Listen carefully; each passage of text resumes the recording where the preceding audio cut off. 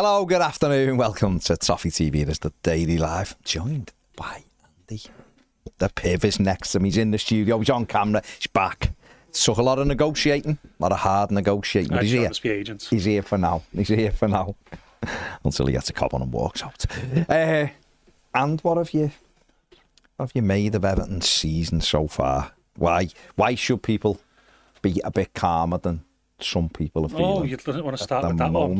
Right, okay.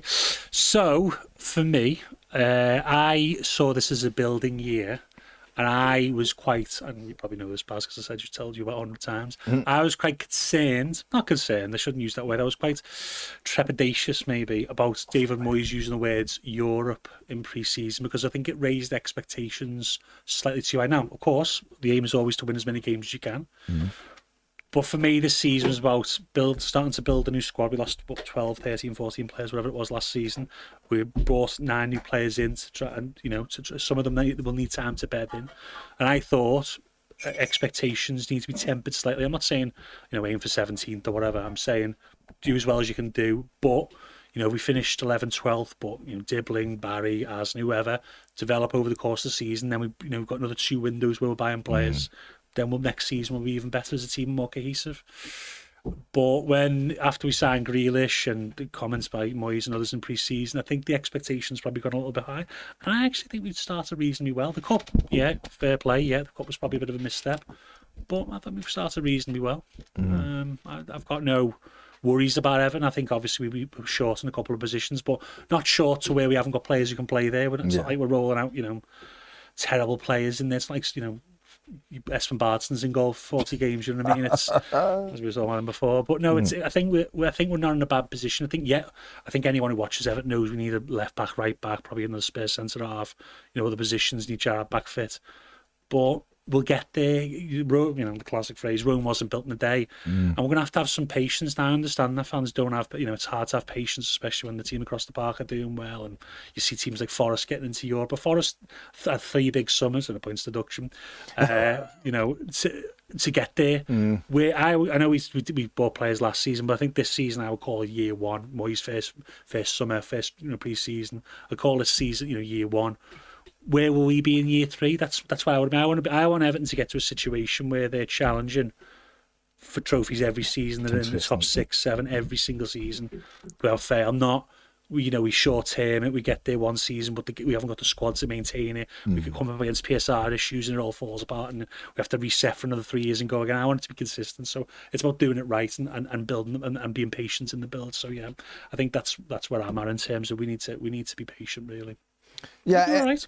Is it fair to say it'll be up and down as well, because there has a change. There's been a change to the makeup of the team as well, hasn't it? To what David Moyes came in and it got infinitely better because could have. He's a better manager. He's just a far better manager than the fella who was there before, but he just utilised the core A's and people like that. We had a way of playing, but those players aren't there now.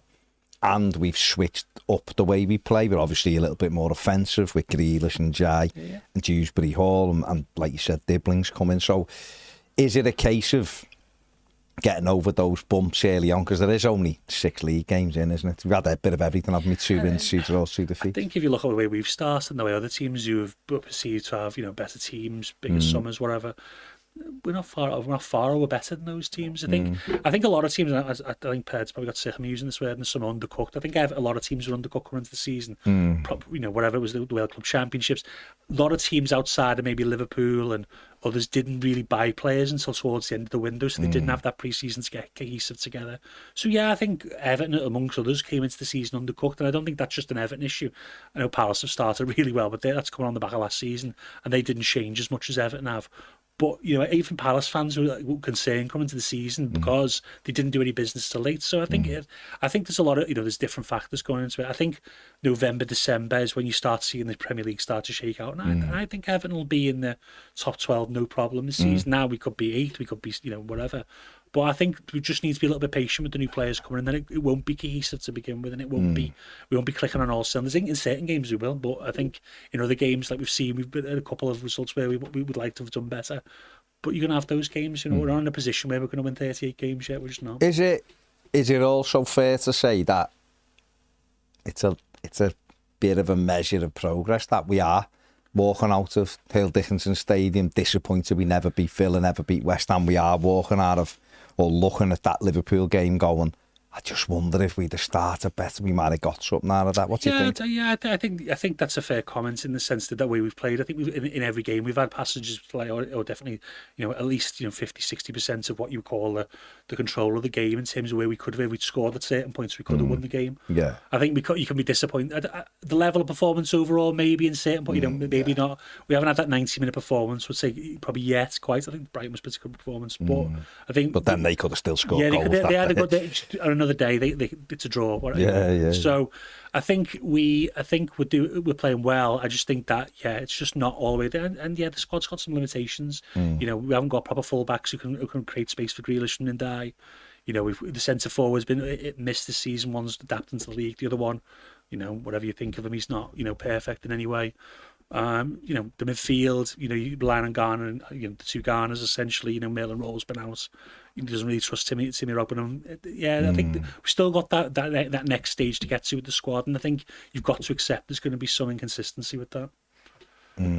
Interesting, isn't it? It's going to be interesting. I mean, someone's just asked the question, so while we're on about development, we may as well talk about it.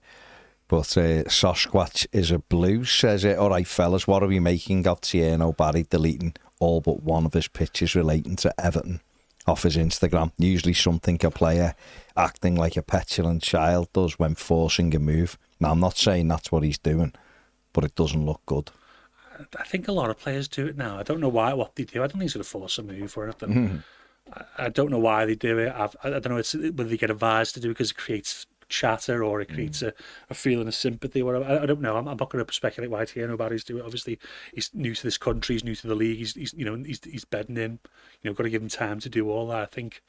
Yeah, I'm not too sure why players do that. It does get a reaction though, so maybe that's the aim. It's to get a reaction out of the fans or of media. I don't know, but I think I like Tierno Barry. I like his profile. big, strong, he's quick. I think he's got a decent first touch. I think he can get better in terms of holding the ball up in contact. I think in terms of getting more goal scoring positions in the Premier League, I think that'll come with when he's playing full games and with the first 11 rather than playing in the cup again with the second 11 who were also rusty. I think he'll get there. I think we need to be patient with him. Like came from Villarreal, who got in the Champions League last season in the Liga. You're not a scrub if you're playing for the fourth or fifth best team in the league. Let's be honest. No. So it's not like we bought him straight out of Switzerland and you probably need 18 months, 2 years. Just got to give him time. But players take time to adapt. We're looking at someone across the park there who cost 120 million who's struggling mightily. It happens. You've got to give players time, no matter what the price tag. You just need time to adapt at the very least, and also that development as well, which does take the physical development. It is. I do find it mad that people are on his case simply because. What's the what is the but what did people think? We were looking for a centre forward because Calvert-Lewin was going.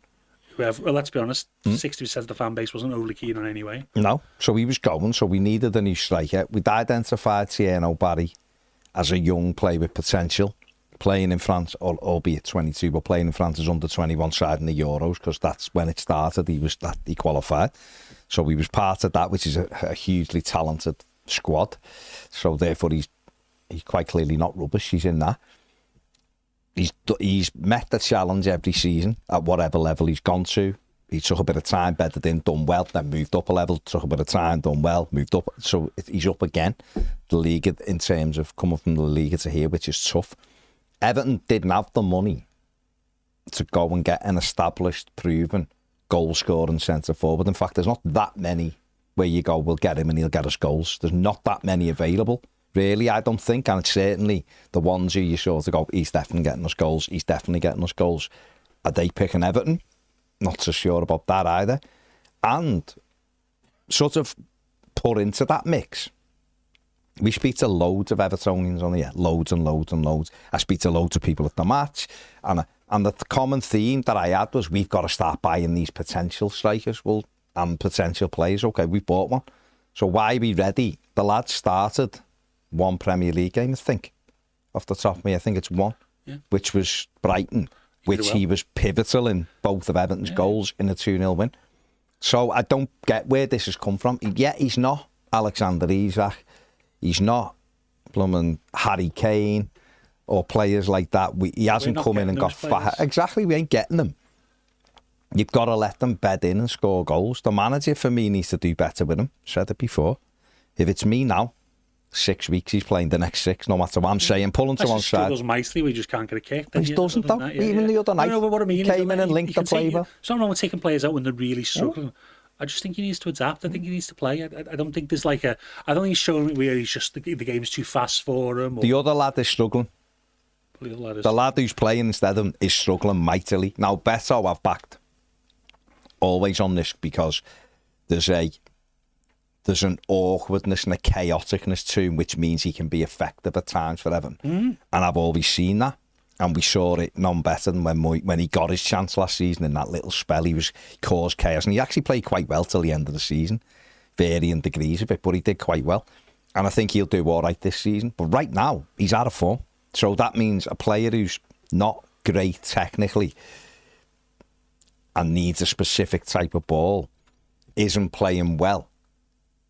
That means if everything falls down, because you've almost got to overlook his shortcomings when he's playing well, but you have to overlook them because the end product's normally chaos, goals, if bullying. he's not scoring, Beto's not valuable for Everton for. It just isn't because he doesn't bring any of the other fast. Don't me wrong, he can move players around. He's big, strong, quick. He can cause big problems. But Everton need a base to play off, and I think Tierney Barry, he's not perfect at holding the ball, but he's much better than Beto. And I think we've seen at times with Dom over the last couple of seasons, even when Dom hasn't been scoring, he can do things to help the team. And I think that I always break it down like this: if you're going to, the average Premier League striker scores between 10 and 12 goals, 10 and 12, an average one, 10 and 12 goals. That's 1 in 3. So if you're scoring in 12 games, say that leaves 26 games, you've got to contribute something in those 26 games. That's more than that's 2/3 of the season. If you're not contributing, what are you doing? Like you basically playing with -1, so you need to be doing something. So I think people are like, well, Barry hasn't scored. He's hardly played. He's played a couple of 100 minutes. You need to give him time. You need to get him with the best players so we can actually get chances created for him. I think it is interesting the way Everton been built this season. You've brought in, you've got Michaelenko, Jacob Brien, Grealish, and Dye.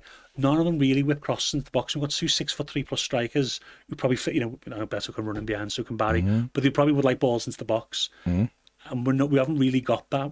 So this is where it is interesting about fit. We probably do need to put more crosses in the box for them, I think, to get the best out of them.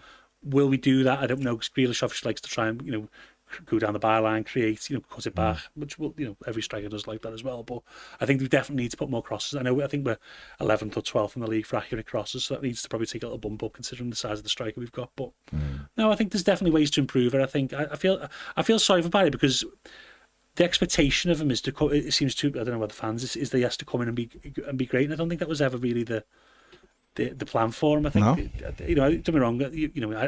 I still expect them to score between about 8 goals this season. I thought 8 would be a reason less. But I know people are like 8 goals, but we haven't had 8 goals from a striker for a while, probably apart from Beto. Yeah.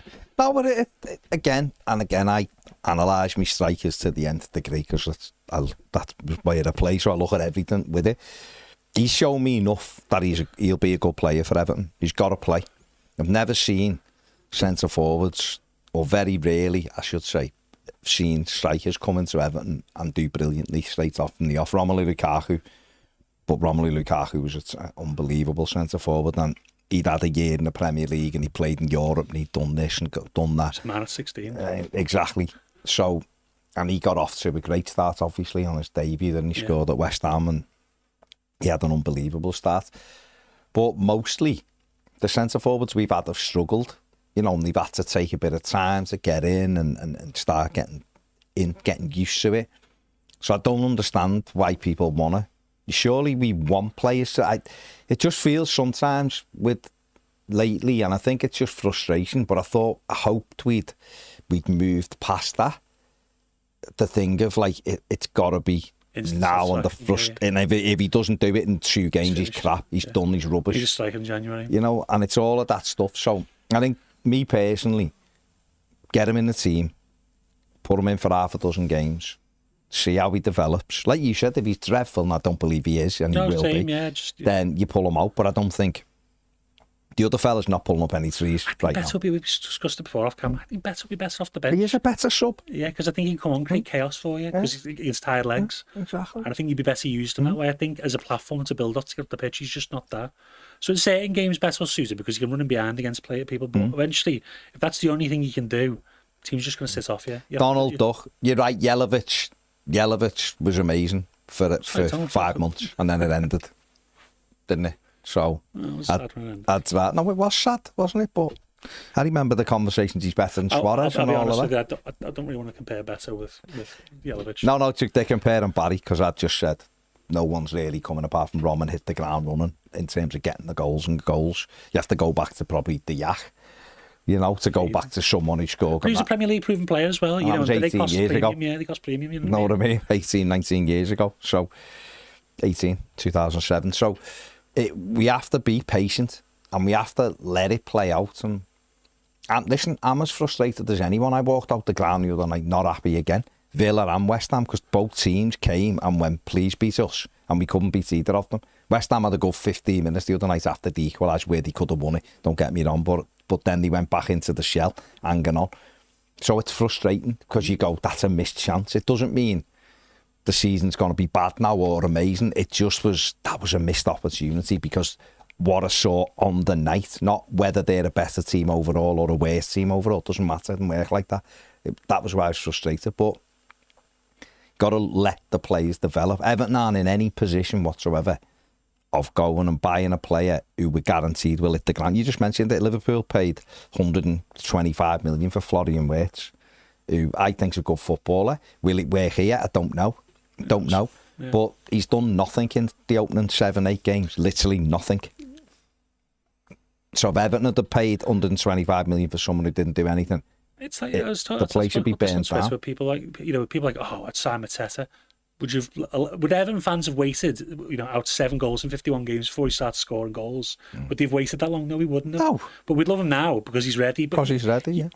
We can't afford. Everton just until the stadium kicks in with the finances, until we have that long clear period where we probably can't spend. We've spent money this summer, but even then, at the end, we had to sign mail and roll on our obligation to buy because we probably didn't have the headroom to continue to spend. So there's just limits to what you can do, and also you've got to worry about PSR because once you talk well and good spending loads now, but once you get into Europe, it's 70% of your wage to turnover ratio. It's really hard for some teams. Newcastle struggle. Villa have been fined, haven't they, by UEFA? It's hard to do. So you've got to plan ahead for that. So Everton need to create their own superstars in a way by buying 20. Yeah, we do. Yeah, and it's nice. It would be great if Everton could buy £500 million players, and But that'd spin the club if we started to do that. It would spin the. I mean, I think back to, and I hate thinking of them. But you think back to Liverpool. They when Klopp come in, they had Ben Sechi and Ricky Lambert. Yeah. And they had to almost turn. They got Salah when people were going, what? Yeah. What? Why you got him?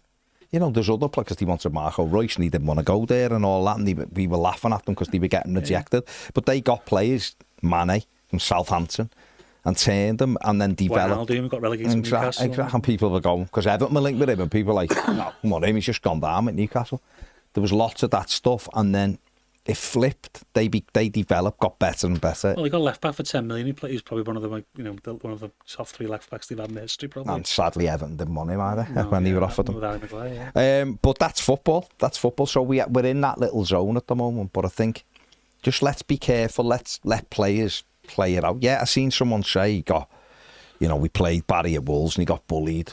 It was a disgrace or whatever. And it's like, your head's gone if you're judging footballers off 45 minutes of football. Especially a centre forward who thrives on chances, that's crazy. That isn't how football works. And the 3 behind him didn't play very well. We had Dwight McNeil, who did look like he didn't want to be there that night. Apparently he was on the pitch.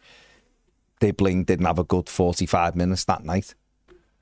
And Alcaraz was hit and miss. So, let's just we should want our players to be amazing and do well. That doesn't mean if they've had 10 games on the run and they're not playing well that you're just telling everyone they're the greatest in the world, but back them. We want them to do well. We want to make Tierno Barry feel like he's 8 foot, not 6 foot. We want him to think, I can score goals in this. Let's get behind him. We've done it with Beto to a certain extent. And yet the other night his numbers put up and I'm here and cheering because he's getting subbed. That's not great. We're not bottom of the league with no points, are we? We're 9th in the league, highest we've been for a while. So we do have to keep that little bit. You know, we want to go in Sunday. We're up against a really good side who could turn us over. But we want to go in flipping it, going, we're going to end their unbeaten run because we can. Because they're not invincible. The Crystal Palace, after all. We can go in and beat them. They've got good players, but so have we. And with the crowd and everything, we're going to beat them.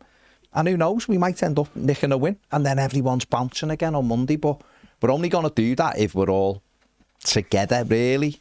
And we're backing our players. Because as far as I'm aware, can't remember many incidents where players aren't being backed and yet they're amazing. I feel like when players play well, they're getting the love and they're getting the backing and they're getting a little bit of patience. And I think we do have to be careful not to burn it all down so quickly. Just think back to what it was like under Sean Dyche. 9 out of 11 games without scoring a goal. I think we had 4 shots on target in about 10 games overall. It was terrible. It was, can we get a corner and hope that we can get a attempt at goal? It was diabolical. And 9 months later, 10 months later now, we're in a different place, new owners, big stadium, more Jack Grealish, Dewsbury Hall, more attacking players. We do have to sort of go, right, let's cling on to that because it can still be a really positive season. I think some of the anxiety comes from we've been poor the last 3-4 years, haven't we? No, we haven't. The right people are right. That we're always capable of getting dragged. I just don't see this team being that bad. No, I think at worst we'd be 40. You know, at worst, I know that can be quite arrogant in the Premier League. People have miraculously fell before, but I just don't see us struggling. So I think this is the year where you go, all right, you know, expectations not lower than I know people go. We've got to have standards and all that. I agree, you do have to have standards, but the standard for me is what we're going to become, not what we are now. And we don't have to be it like that. I mean, to become what we need to become, we don't have to be it right now. And I think that patience you talk about, it's a must. And as a fan base, we have to evolve as the club evolves. I think we have to understand where we are as a club, what didn't work in the past. We've already done all that's to buy the 25-year-old, 30-year-olds. Doesn't work. We've tried it. I know it was we bought wrong 3 number 10s and all that. Why don't we try something new and get behind it and see if it works rather than, I know we've got inbuilt anxiety for 30 years. We need to try something new though, otherwise if we don't try something new and stick with it, we're just going to keep changing. I'll just be one muddled mess again. We can't afford that again. You know, if you mess your PSR up, it takes years to come out of now. We need to make sure we can do it right, and we can't just be going, we bought Barry for 28 million, we don't like him, we're going to sell him next summer, a year later for 19 million. It's negative. I don't think with the payments it'll be negative equity, but it's not going to boost anything. You're not going to get the benefit from it. So we need to start being smarter the way we are developing players. Buying Asnew's not good enough, he's not ready. Yeah, he's 9 million. He came out of Bayern duty, played 9 games in the league. He's probably not ready physically, but yeah, it's a market opportunity. Sometimes you have to take those opportunities for what he's going to give you in 18 months. I know we need a better left back than Michaelenko, but Michaelenko's a Premier League level left back. He's proved that he can play at the Premier League. He isn't terrible. It's not John Hills, 1997, if anyone remembers him, who come in and fell over the ball and his face in the first game. It's not that. He can play at the Premier League level. It's just a bridge to when we can get to another window where we can buy players. So you can't always solve every issue in one window. No, we've just got to. I think we just need to just get behind it. Just stick together. I think is more. Players play poorly, yeah, sure, be annoyed, but let's not burn them down though this early. At least give them games where we know Beto's not going to be with Everton in 18 months, 2 years. I'm being generous. We know he's not going to be with us that long. I don't think he's going to be here next summer, to be honest. Well, that's what I mean. But so why not give Barry the minutes that you're going to give Beto? No, well, this is my thing. Now he's the investment, isn't he? So invest the minutes, and this is my whole point in the summer. You've got it. The most valuable thing David Moyes has to give those players, apart from guidance and coaching, is minutes. He is the person who can develop them by playing them. And yeah, the League Cup's one way of doing it. People do it that way, but he's got to give the lads enough minutes so where they can develop. You've got to adapt to the Premier League. Apart from Sandro Tonali, I've never seen anyone do it from the stands. Well, that's it. He got physically stronger because he was fit while he was out, so he helped him probably in that way that he could develop his body while he was out. But other than that, that never happens, does it? No, that never happens, does it? Wasted cards. Yeah, it's stronger to hold off players. It's a frustration, of course it is. I mean, John's here as well. Just ask him about Tierno, Barry. I mean, you've been at every game. You've seen bits and pieces of Barry, and I know he hasn't It's not like he gets on and you look at him and go immediately, he's miles better than anything. We've got to play him every single week because he's been hit and miss in games. But surely when we're talking about developing Everton better as a business and the turnover and increasing everything, the only real way to supplement getting more revenue through sponsors and everything is to bring in assets and develop them, to sell them or to develop your own world-class players. Absolutely, yeah. And I think when Angus came in and you interviewed him and he talked about a successful transfer, right? And he talked about the amount of minutes a player has to be seen as successful. And I don't know whether it's arbitrary or whether Andy knows, what theology is behind it, but I think he talked about something like 30% of the minutes, right? I can't believe with the squad turnover that we had that we thought we were buying players which would be defined as being a good transfer because they only played 10 games in the season. Yeah. Can't be. The equivalent of 10 games, so 900 plus minutes, 1,000 minutes, say, right?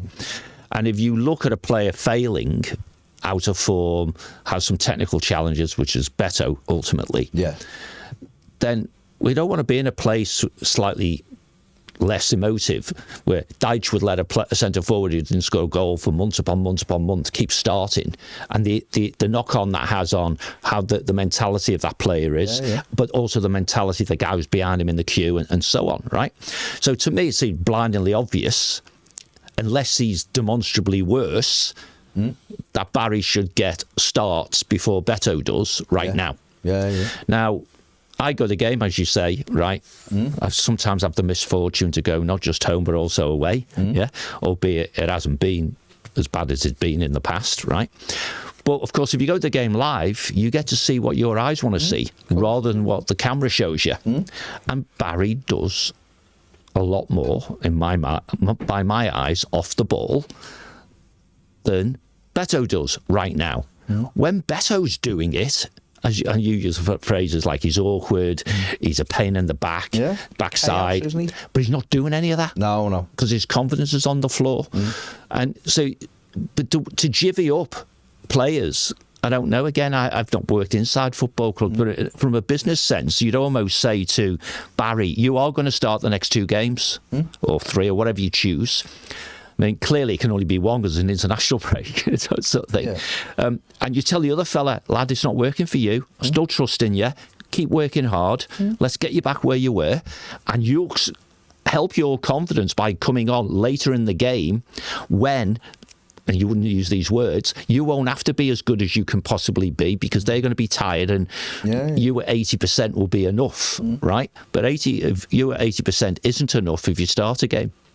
And those defenders get you in their pocket ultimately.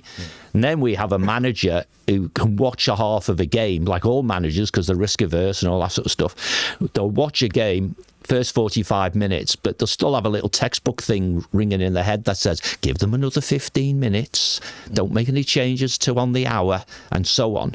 So I think there's opportunities there for improvements all round, and some of that is being decisive in your decision making. Decide who your starting number 9 is, whether he's got 9 on his back or not.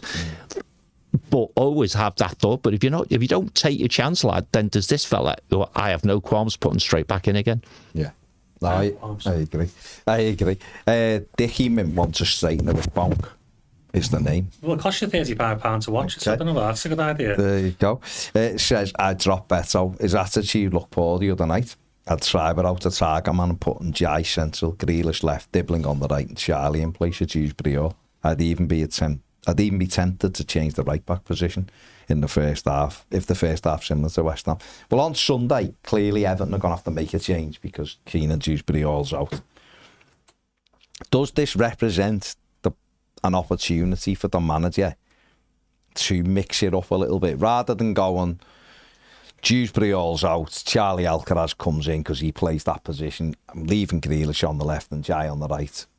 And I personally think he'll change Beto Sunday, but Beto up front. Is there a world for you where he maybe should try Ndiaye central or Grealish central? I'll go Grealish central personally. Yeah. The reason being is I think Grealish for Everton currently is too far away from the goal. I think Ndiaye is too far away from the goal as well at times.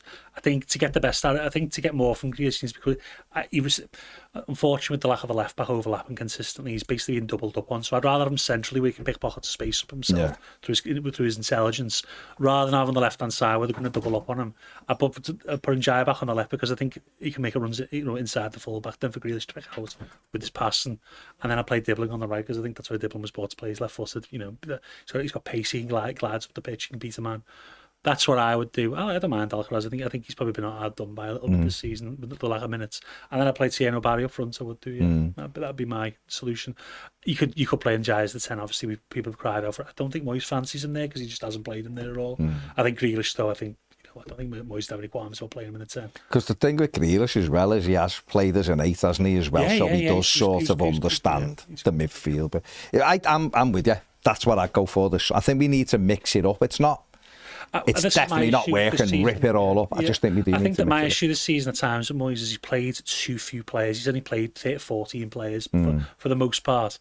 And I think the Wolves game is a product of that, where players were rusty coming into the team. Too many rusty players came into the team, and they weren't ready to perform. Because I think Dibbling played 4 minutes in the league. I know he come from Southampton a bit late, so I understand that part of it. But you need to have players involved and playing. I know they do a lot of work on the training ground, but still, you need to have them involved regularly. And I think Moyes obviously, Dewsbury always trusts him. Grealish, he trusts a core of 10, 11 players, I'd say, but he needs to develop trust more in the other players, I think, as the season goes on, for us to maximise the squad, because at certain points we're going to get injuries, and you can't, I don't want, a situation, I don't want players coming in from the cold completely and not being ready to come in and make an impact because they haven't been involved at all. So we need to have players involved more consistently. And games have been tight where we've been drawing, and Moyes is a very manager. He's quite risk averse at times, so I understand that.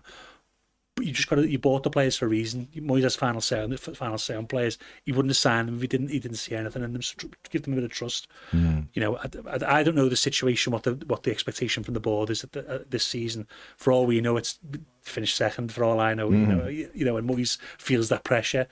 But I'd be surprised if it was. So I think there should be some leeway for Moyes to get players involved and develop them a little bit as well.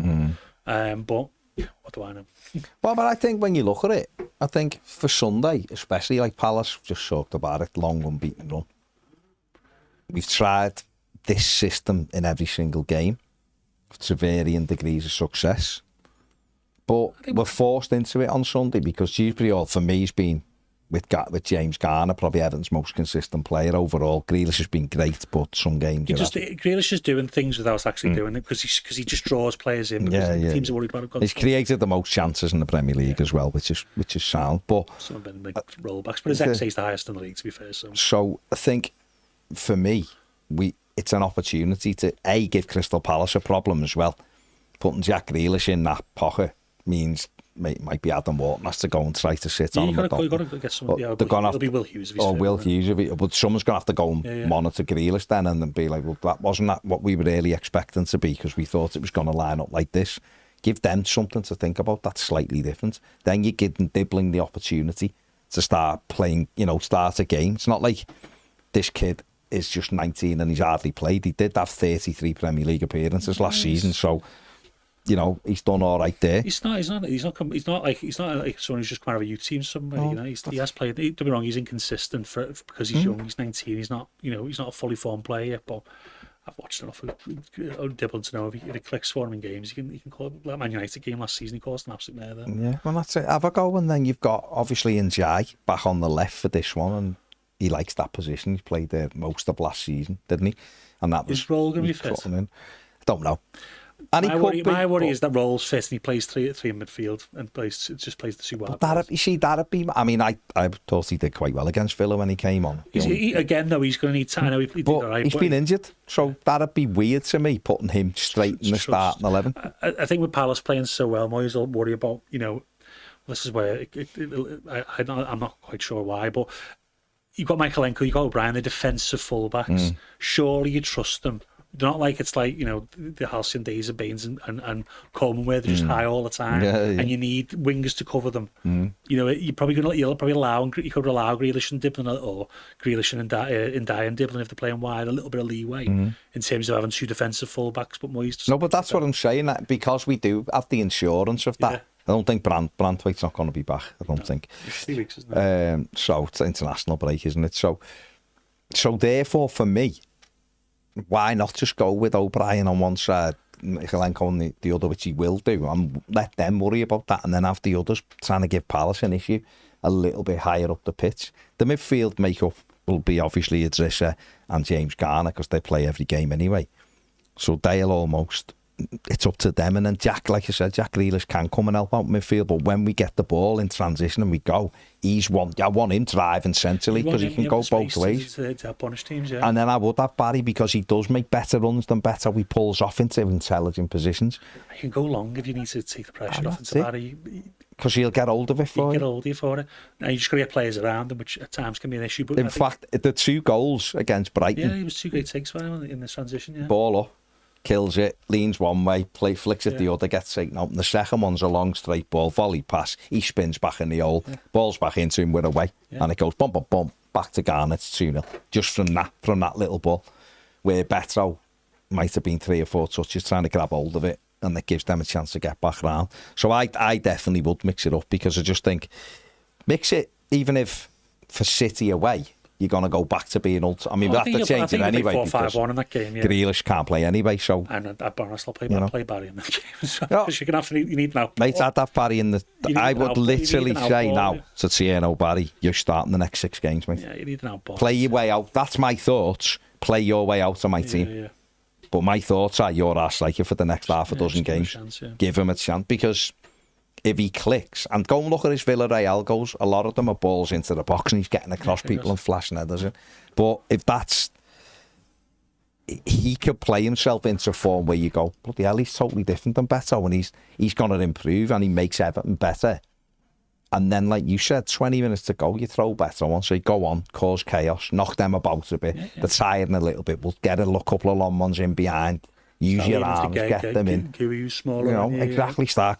Get on him, and therefore it mixes it and break, and they got another issue to have, as opposed to they've had a comfortable afternoon because Beto's not been on it, and then Barry's trying to, and Barry's trying to then affect it later. I'd go the other way and see if that works for a few games, and because I thought everyone's only going to Solskjaer. Players don't like coming off the bench; they want to start games. I know there's an expectation that people can come on and change games, but often enough, a lot of players are used to start, and they come from teams where they used to start, and it's hard to make that transition. I mean, he come off the bench at half time at Anfield, actually made us play much better, just because of his touch is better and his link-up plays better. So I think there's just a better base to work off, yeah. And like you say, we've made the investment, so invest in him then.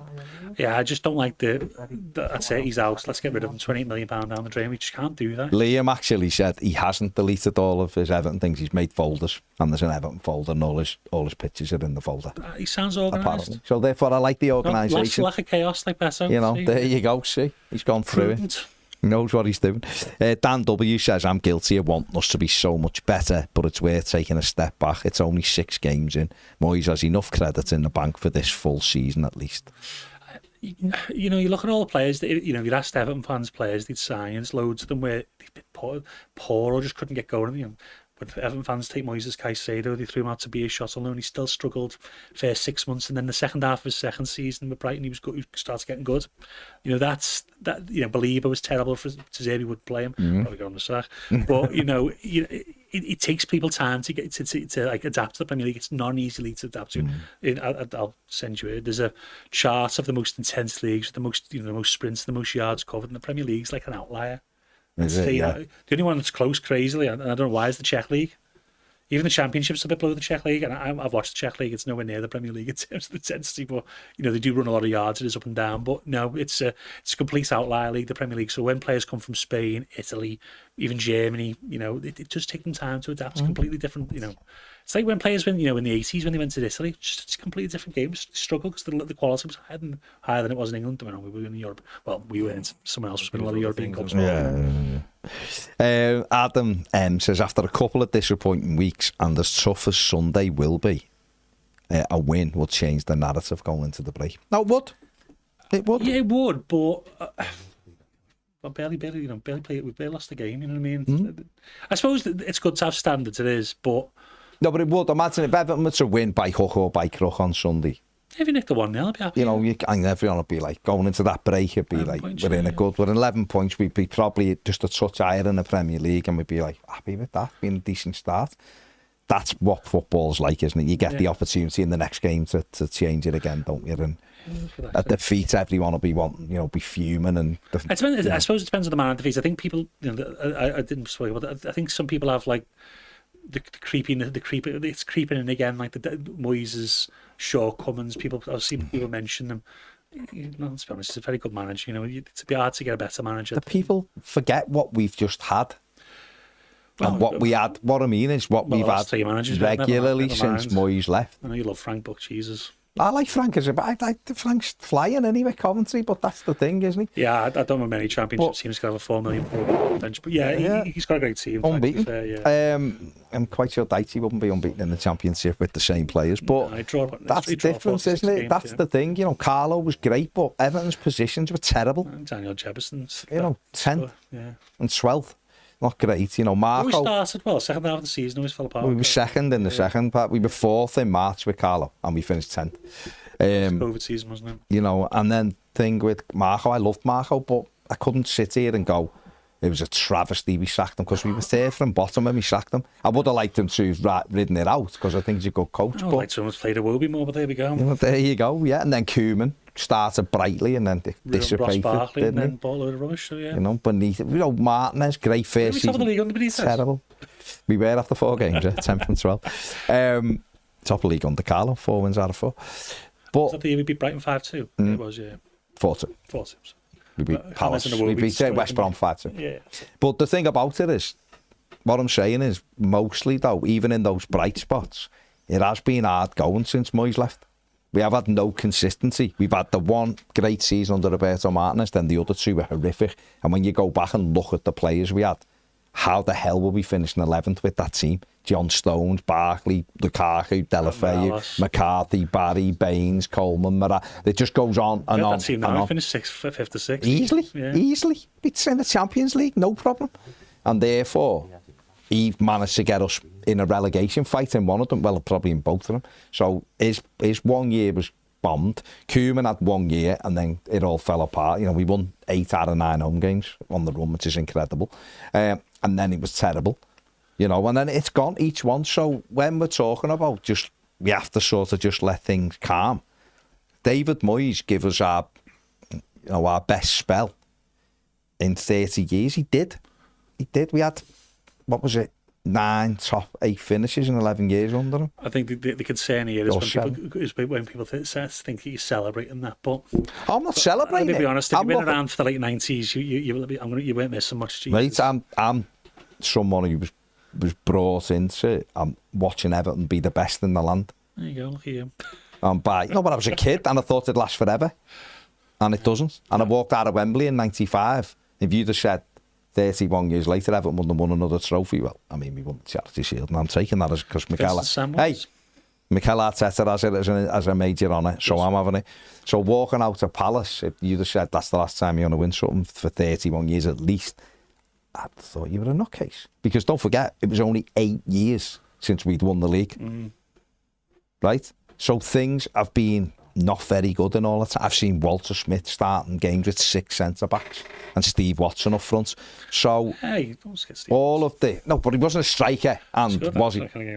Actually, he did score a hat-trick from right side of midfield. He didn't score a single goal in his half a dozen games as a centre-forward.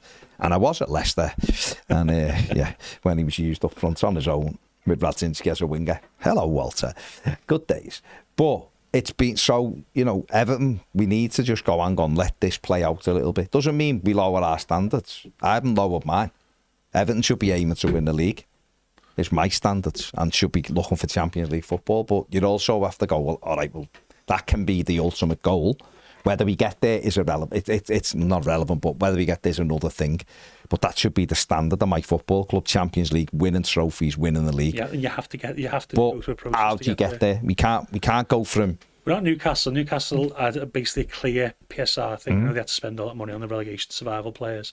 But they had a clear run PSR-wise. Mike Ashley was paying. And they had a big slice of luck as well. Oh, yeah, The same as what Forest did, only Forest realised. To break rules exactly. So we have to go, all right, well, how do we do it then? We can do it this way. And they also shot the team to get into the UEFA Cup as well. So Villa had to sell their prize assets, who now plays for us, to fund it. And again, and you need things. And because Monchi sold all the pace, they're not as good anymore. You know. Exactly. But they do have goal scorers in Ollie Watkins. So I think, again, I'm not making excuses. My aim is still Everton Football Club should be trying to win the Premier League. Should be. Always, yeah. So, but you have to understand that there's a process to get there. And without a centre forward. People can mention Leicester, that's an outlier. It's a complete outlier. I don't think they knew they were signing the best midfielder. They still had Cantry, they had Mahrez who got goals, they had Jamie Vardy, even Danny Drinkwater, which he should have carried on doing throughout his career, and he might still have had one. Even he done well, and there's lots of other things that are all just perfect storm things. But for us, let's just build. We have to make sure we continue to hold the club to account, because we have to, and the owners. But we've just had our biggest net spend for some years. It might have even been the biggest one ever for some years. Yeah, we sold. Right? And therefore, certainly the biggest one since then, but we did get 90 million for Rob. Right? So therefore, there's some evidence there that we're trying to move forward. I'm as frustrated as the next. Trust me, I am. I apologise to the fellow who sits next to me, you know. And that's just my brother-in-law who sits in front. I apologise to him. But let it play out a bit. It's half a dozen games. Last season in January, people were genuinely worried we were getting relegated. Genuinely terrified. And Moyes come in and sorted it within a few weeks. There was no fear of relegation. By the end of February, it was done. We were safe. So that's as good a job as he did. So let's give him a bit of credit. Doesn't mean he's free from criticism, because he isn't. Because he's still done things. The subs he needs to get better at. 2 subs when everyone's making 5, and then you're looking leggy. That doesn't make sense. So he's got to do that. But let's back people at least, and just get behind them. Let's get behind them and see what they can produce. And if you get to January and Tierno Barry's played all them games and hasn't got a goal, people want to go, he can't do it, obviously. Then you go, all right, but let's see if he's contributing in other ways. If he isn't, if he's terrible, Moyes won't play him, will he? Exactly. So, David Gandhi says, morning, gents. Personally, I feel like Moyes will replace Dewsbury or with Alcaraz, not Dibbling. Also, I'm still overthinking the West Ham game. Did Jake win any headers at all? Even if his contact is bad, he should never be getting beat to a headed ball by players much smaller. He's 6'6" before he gets off the floor. By wingers at all. Crazy, isn't it? Saying that, Kevin Gilban was 6'1". I never seen him win a header for Everton. No. You know, he should have been having every full back on toast, but never scored a header for Everton. So there you go. Derek Polahonki says the Piv was one of the first lives I ever saw. Welcome back on camera. Hello. So there you go. Yeah, it looks like, I think Branthwaite, I don't expect to see him before the City game. And without sensationalising this, is there any cause to be concerned with Jarrod Branthwaite? This is the only concern is the body type, because he is so lanky. Your muscle injuries. Don't be wrong, sports science is unbelievable now. You can't solve issues, so I expect him as he grows. I think the issue with Branthwaite is he grew into his body too quickly in some ways, and it took him a lot of time to get used to it. Once he got used to it, he ended up at PSV. He did well there. He's come back to Everton. He's done even better. I think he was getting used to his body, but I still think that the physiology needs to. It's still developing. You look at, I don't know if people have watched Isaac Price. Isaac Price was massive but skinny when he was in Everton's academy, and it took him about 3 years to get used to playing with when he got much bigger. And obviously now he's doing well for West Brom, but it does take players time to get used to play. Unfortunately, with players the size of Branthwaite, they can have issues, especially because they're jumping all the time. You know, especially your joints, your muscle injuries. So I think I wouldn't say it's too much cause for concern yet, but I definitely think the sports science team will be looking at everything, trying to solve any issues, because he's missing valuable games for us, isn't he? But I don't think it's like I don't think he's in a Dom situation where it's like consistently getting really bad injuries all the time. It's like he's got it's the same injury every time, isn't it? No, it is the muscle thing. Yeah, it's just the muscle, isn't it? Just a few people. No. So when someone say Barry lays easy balls off and people say he played well. I like to see anyone just step into a Premier League pitch and lay an easy ball off. It's not easy, you know. But we've got, imagine if we had, £26 million striker can't lay a ball off 3 yards. No, I'm saying, imagine if we had something to compare it to. Listen, whatever. I'm not saying people can do and have their own opinion, of course. I think I don't know what people, I think people go, why can't we be like recruit like Brighton and Brentford, because they give players time and they develop. Took Damsgaard 2.5, 3 years before he came on. Sade, people go, it's signed Sade. Would you have waited 18 months to 2 years for him to click? No, of course we wouldn't. People have just said things like he's crap, like I've just seen. He need a striker. Barry is crap. Okay. You're never going to be happy, honestly. You're never going to get the desired players. Or you end up, we sign Jamie Vardy. He does all right for you because he's past it. And then you have to replace him again. And then you're back in the same cycle again. You need to stop going through the same cycles. You need to develop players. Do you have yes, I do find it mad. But I've seen someone say we need a proven goal scorer. Who? Someone tell me who Everton could buy who guarantees goals. I remember Everton buying BT, Johnson's, people who guarantee goals, can score goals. They didn't do that well. They were all right. They were wrong. They didn't like Everton. No, but I mean now that was in an era though where there were strikers. But who is there now though? That's what I'm saying. Who's there now? Johan Wissa is 30 soon, and he cost Newcastle £60 million. And Bumo 65 million, and last season was his first double-figure season, I think. Waltermard, who looks good. I still think he scored a couple of goals. I still think Waltermard is getting used to the Premier League. He's not. But he was 70 or 60 odd million, and last season was his first double-figure season goal. I'm trying to think in the Premier League. We couldn't have got Mateta because he's 70 million and wouldn't have come here. They're in Europe and he wanted to. I think I looked like, I don't think there's not been like tons of strikers who've come in from Europe who haven't played in the Premier League before who scored more than 10 goals in a season. Even like most of them scored 6-7 in the first season. I'm just thinking out because I look at a lot of strikers, so I'm thinking who is there who I couldn't, Harry Kane would score double figures in Everton, 100% he would. Well, he'd ever step foot. Don't think he'd ever put an Everton shirt on, but he would get. I'm just talking about guarantee. Oh yeah, guarantee. Mo Salah would guarantee you goals because the lad is a winger but scores a lot of goals. I'm going down the teams. I think Ollie Watkins would get goals. Spent 80 million on Rasmus Højlund, didn't score goals for Manchester. I wanted Højlund. Yep. I wanted him in the summer. I said he's a gamble worth taking.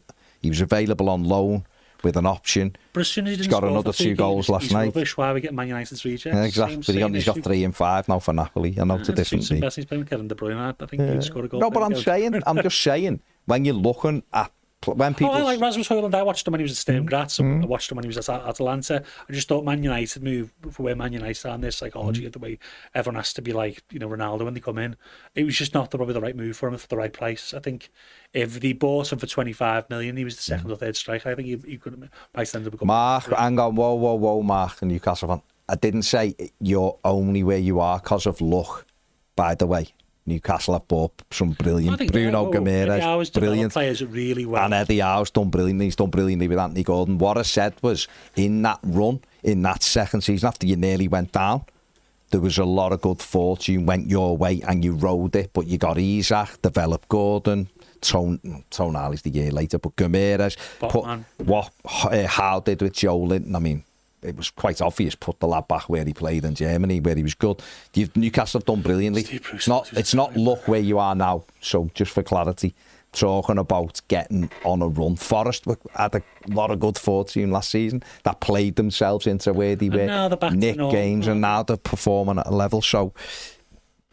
Don't be wrong, Ange is a very specific style. I like Ange's personality, but I'm not too sure about that eye line. No, what I was saying about world-class players. What I was saying, Jarrod Bowen probably will get goals. He's 30 now. He's also a right winger. And he's a winger. But what I'm saying is, I'm just asking people who they think Everton could get. Where people you go. Mitrovic, right? But why Mitrovic is on what? God. 250 grand a week. He's on more than that. Someone inquired about him. He's on 300 odd grand. Same with Ivan Toney. Seen someone mention Ivan Toney. They're not coming to Everton. They'll come back to England. They're going to Man United or something like that because they need a striker just as much as we do. The man Benjamin Sesko, but he's going to take a year easy. I just don't think there's guarantees, and that's what I'm saying. It is really, really difficult. Rondon did score a late winner for Oviedo the other night. He was on the World FIFA Player of the Year list, wasn't he? Go and look at it. Go look at the goal. In his pomp, I think Rondon was a good player. The carcass that Rafa Benitez brought in, not so much. He was good at West Brom. He was really good. Yeah. That was the time to get him. And he was good for Newcastle, wasn't he? He was like a powerful number 9, wasn't he? But we need people who are mobile. I'd love Ollie Watkins, personally. I think that he'd suit what Moyes is trying to do, but he's not leaving Villa. And he's not coming to him. And he's the age doesn't work, does it? Sadly. But if you want it now, I don't think age matters, but if you want to be consistently good, age does matter. But would Everton be able to get Ollie Watkins? And He's not. Would Everton want to pay 50 million? Ollie Watkins wants next move would be either to go to up, not saying Man United's up, but they're a big club, so yes, invariably they are up from Villa, sadly, for Villa fans. But his next move will be he want to go to Arsenal. I think Arsenal do need a second striker, by the way. Yeah, they do, 100%. Or a team of that ilk. I don't think he's going to come to it unless Everton miraculously, fingers crossed, touch wood, made the Champions League. Then maybe they don't have a shot, but no chance this season. I still think as well, though, with your strikers. Ollie Watkins was bought from Brentford when they were in the Championship, wasn't he? Yeah, he was. Yeah. He was, yeah. So again, and a few teams. I don't think he scored instantly in the Premier League. I think he scored 6 or 7 his first season, 8 maybe. So a few teams looked at him, didn't fancy him. I liked Ollie Watkins when he was at Exeter. He was like a 9-10 when he played for Exeter. Came out of nowhere, was on loan on league as well. I didn't think he'd ever make it this side, but there you go. You didn't please don't. Great movements and good work. Smart player. The other thing as well, one thing I would say in the defence of both of our centre forwards, Barry less so than Beto, because Beto did have a hat-trick of good chances against Villa and missed all of them. They're not missing tons of chances in games. I think Barry needs to take a shot half a second early because he's hitting the man when he's taking a shot, and that's again adapting to the league. The Premier League's quicker, the defenders are quicker, they move, they're more agile.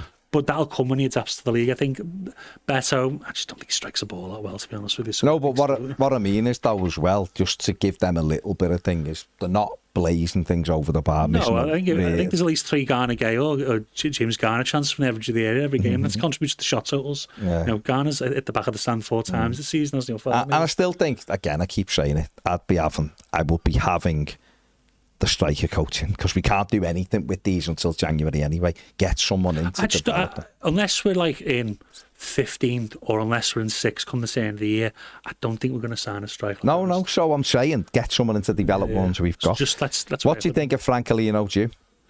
I've watched, again, I've worked most of the Championship level, so I can't say I've watched Midtjylland a ton. I've watched a couple of the players when they were playing for other teams.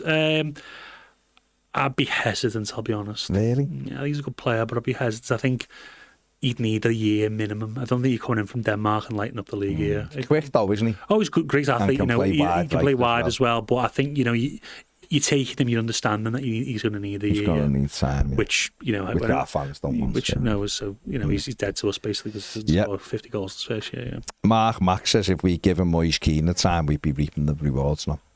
Give Barry time. Moise Keane? Moyes wouldn't stand for Moise Keane the way Moise Keane was then, maturity-wise. So he's doing well. I agree with what Mark's saying in essence, but yeah, Moise and Moise Keane are not bedfellows. No, sadly. Mark says, though, with Beto last season, if he, even as what John was saying before, even if he was playing crap last season, he'd at least run about. But he looked like he's strolling around a pitch the other night with no fight. I don't know whether the stuff in pre-season, I don't know what Moyes denied any rift, I don't know what there was. But ever since pre-season, he's not been at it. I think he scored 3 in his last 15 as well. So I know he's not started every game in that 15, but yeah, not prolific, which, that's 1 in 5, which isn't, I'll be honest, isn't unbelievably terrible in the Premier League, but one of those goals was against Mansfield. I think he's our record League Cup goal scorer. I think he scored probably 5 in every game. Paul Williams says, I know this might be a bit left field, but Dibbling might be able to do a job centrally. Pace, strong, good feet, definitely too early to start. If you're playing in transition, right, you could try it, right, but Everton, you'd have to soak pressure up into people in the counter consistently, and we've done. We've actually been dominating games in a lot of ways with the ball.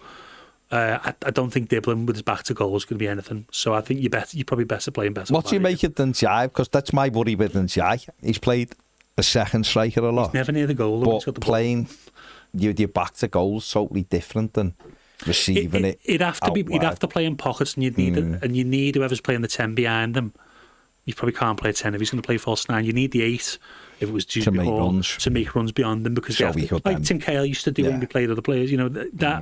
That would be the way to do it. But I just don't think that'll work. I think the problem with Ndiaye is as well, he does a lot of his best work and, just before the final third and entering the final third, but round the box, he needs to be in the box rather than actually receiving the ball outside the box. He's not a person who shifts it past 3 people. I know he scored a goal like that last season, but generally he's someone who arrives on things, isn't he? Or who finds a pocket of space. Pockets and puts it in, yeah.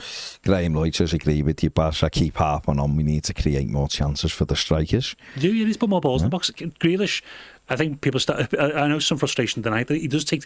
Grealish loves the ball. He wants to take touches. But sometimes get out your feet and whip the ball Just in. do it a bit early, yeah. And you'll get more assists. Exactly. David Savage says, I think the issue is we don't have anyone to get the goals and blend Barry in over time, so it means the pressure shifts to him.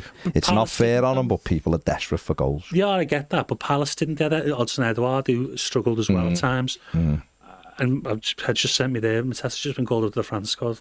Scrub if you get called up to the France squad, let me be honest. Yeah, but anyone who watched Everton 3, Palace 2 that night watched a big lump though that night. He looked like a Sunday League footballer. He did, but you've got to give people. I know you've got to give people time. No, me and you. Me and you done a video when he was in Germany saying Everton could go and get this lad. The issue here, I think, is though Palace understand that they can't afford to spend money every single year. So same with Brentford, you have to give players time and develop them.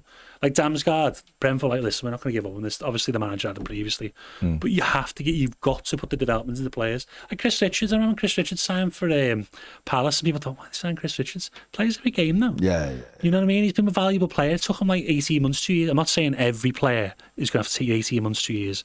I don't want to sign every player like that, but some players are worth the development, and I think striker, you can't just keep going out and buying strikers. By the way, Moyes did it at West Ham. He had Schumacher, he had Haller, he had Fulcrook, that was after he left. Jordan Hugill. He scored the other day. From League One or something. About Jordan Hugill. But Moyes hasn't had the greatest luck with strikers, as people know. So I think him spending more money on strikers isn't probably the best idea. I think he can develop this one. We will need to set another striker, by the way. Beto is in Everton's future. No. So if you do end up buying another striker as wants to go with Barry or to develop him or be a mentor or whatever, next season, by all means. But you can't change everything. Moyes even said it himself in the summer, we can't change everything. I can't change everything because it won't be cohesive. We've seen that at times this season already. So we've just got to be a little bit patient that next summer we'll buy another 5-6 players and we will be better again. Blue Keeley says, does my head in the way our fans react. It's like we don't want people to succeed. He said, do you think Gabriel Jesus should be a good third striker for Everton? We'd have to start him. I think fans would turn on Gabriel Jesus because he doesn't score goals consistently. He's a really good footballer, like really good player. But he misses a lot of chances. Now, he'd score probably 10 for Everton. I've got no doubt in my mind he would score 10 for Everton. But he can be frustrating at times. And I think, it sounds a great idea, but are you buying him? He's 25 million, 27 years, 28. Yeah, he's been injured last 2 or 3 seasons. I don't know. I'm more of a believer in development. But by the way, I'm not saying we should sign everyone who's younger. You do need those players. A Gabriel Jesus player would make sense if you were in Europe because you can give them the minutes to both develop Barry and play Gabriel Jesus and keep them both happy. I don't think we're quite at that level. We've got enough games to keep everyone happy and develop players as well. See, it wouldn't surprise me if Moyes went for someone like him and then let Beto go. It really wouldn't surprise me because I know that Moyes would only play Gabriel Jesus because that's what Moyes is like. Let's Be Having You says, all right, guys, think we have no choice, do we? But we'd be surprised if Charlie got the nod.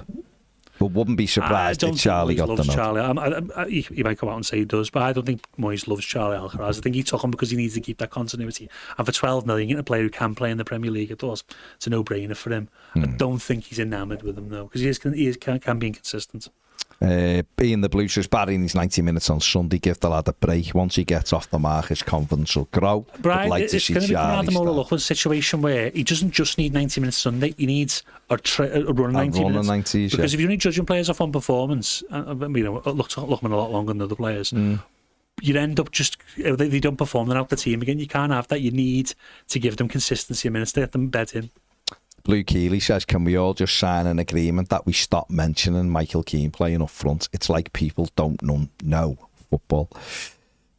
Let's move on. Fed says, great seeing and hearing Andy back on. It's like a comfort blanket hearing him. Harken back to the good old days.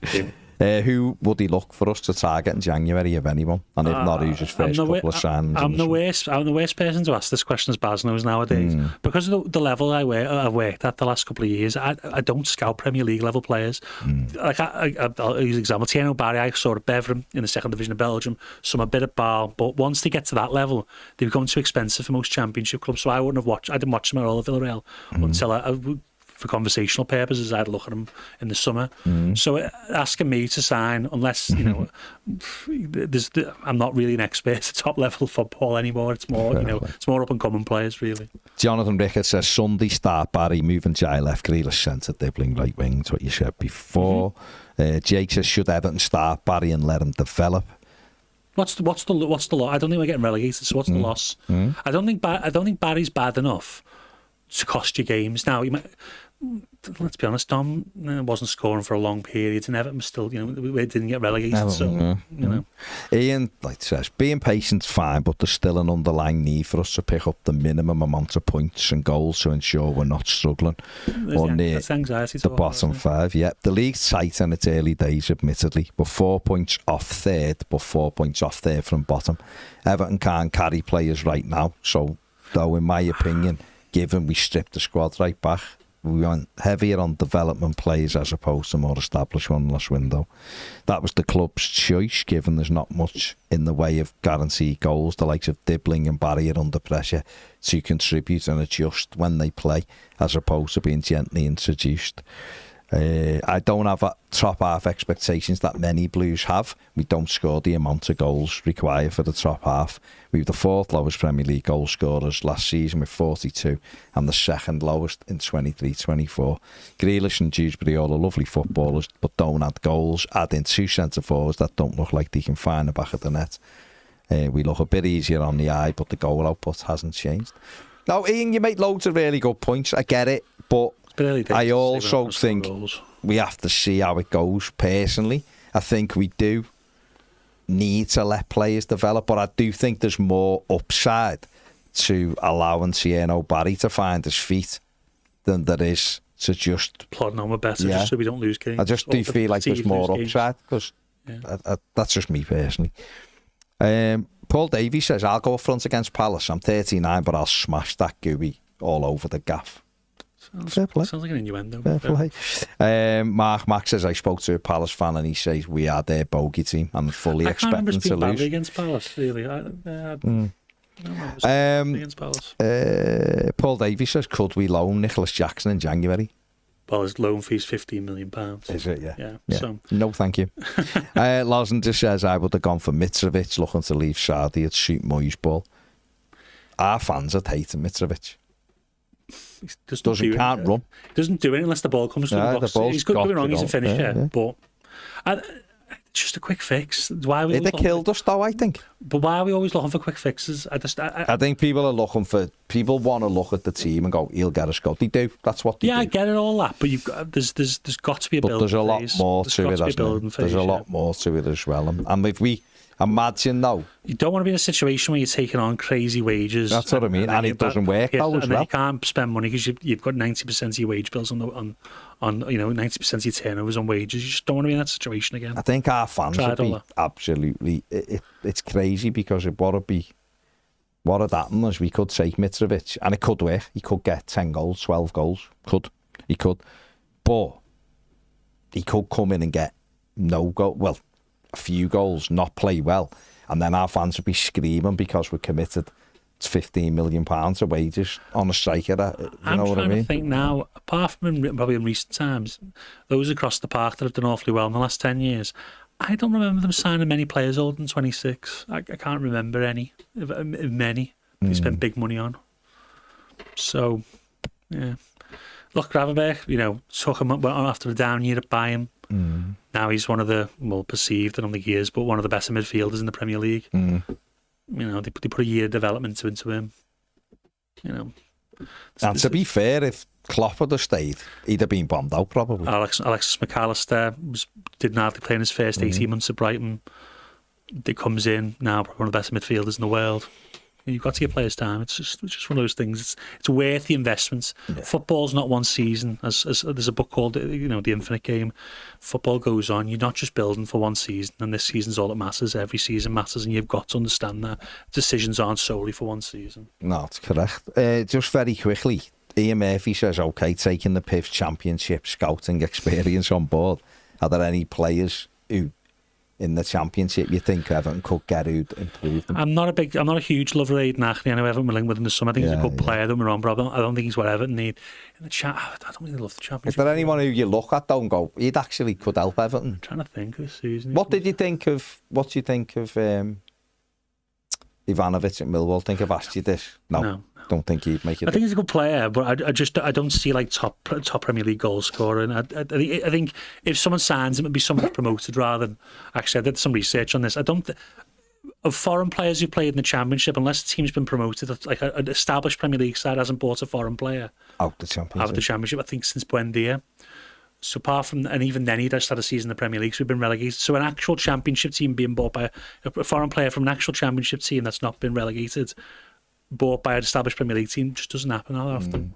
Like Hamer went to Sheffield United, just been promoted. It just doesn't happen. They tend to buy young English players, as it tends to be. Yeah. So they're the ones that actually probably focus on in terms, because that's the more likely one that happen. Although the Championship is now buying more players since the Brexit rule change, they are looking more at players from abroad. So it will change eventually, but at the moment, it does tend to be young English players. Adam Wharton, of course, who did well. Players like that. There's a fella in the Championship who could come into Everton's midfield next season, who could help us. Harrison Armstrong. There you go. Big hate. He's doing well. He's doing well. So he's probably one. Unfortunately for him, Preston under Hecky have done really well. So he's just had to wait by this time. He started the game the other night. He did well the other night. I think he's better than certain players who play in the midfield. Sorry, some of my old colleagues there, but he is. So I think he'll end up playing more games. Yeah, well, I think Heckenbottom sort of spoke about him and was like, yeah, he's basically just needs to play. He's someone who can take the game by the scruff, even at a young age, can take the game by a scruff of a neck. I think at Derby they played him too deep, couldn't get involved. They played a very specific style, and John Eustace. I think Hecky, because he will want them transition more and want him on the ball more, I think it'll be suited to him a bit better.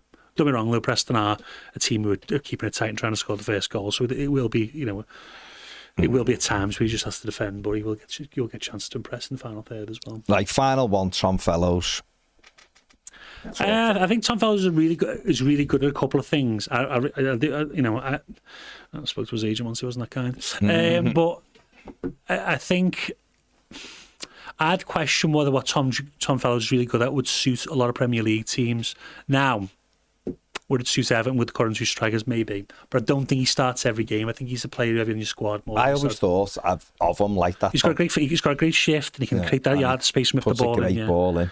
But I just don't know. And he wasn't a bank breaking. It's like Keane Lewis Poss, who took years to get going. He's now plays left back, doesn't he, for Brentford. Yeah. I was never overly. He scored goals because he arrived on things, but I was never overly keen on him as a Premier League player. And it's took him so long. I think Fellows is probably a top Championship player more than a Premier League player, I'd say. At this moment in time, though, he can develop. He's a young boy, but I wouldn't have spent £20 million. I think he only spends 11 or 10 or whatever it was in the end.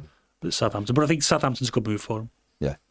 Fair play. Right, big thanks to Andy for coming in, answering all your questions, giving his insight, as always. Make sure you like, subscribe. We'll see you later. Bye.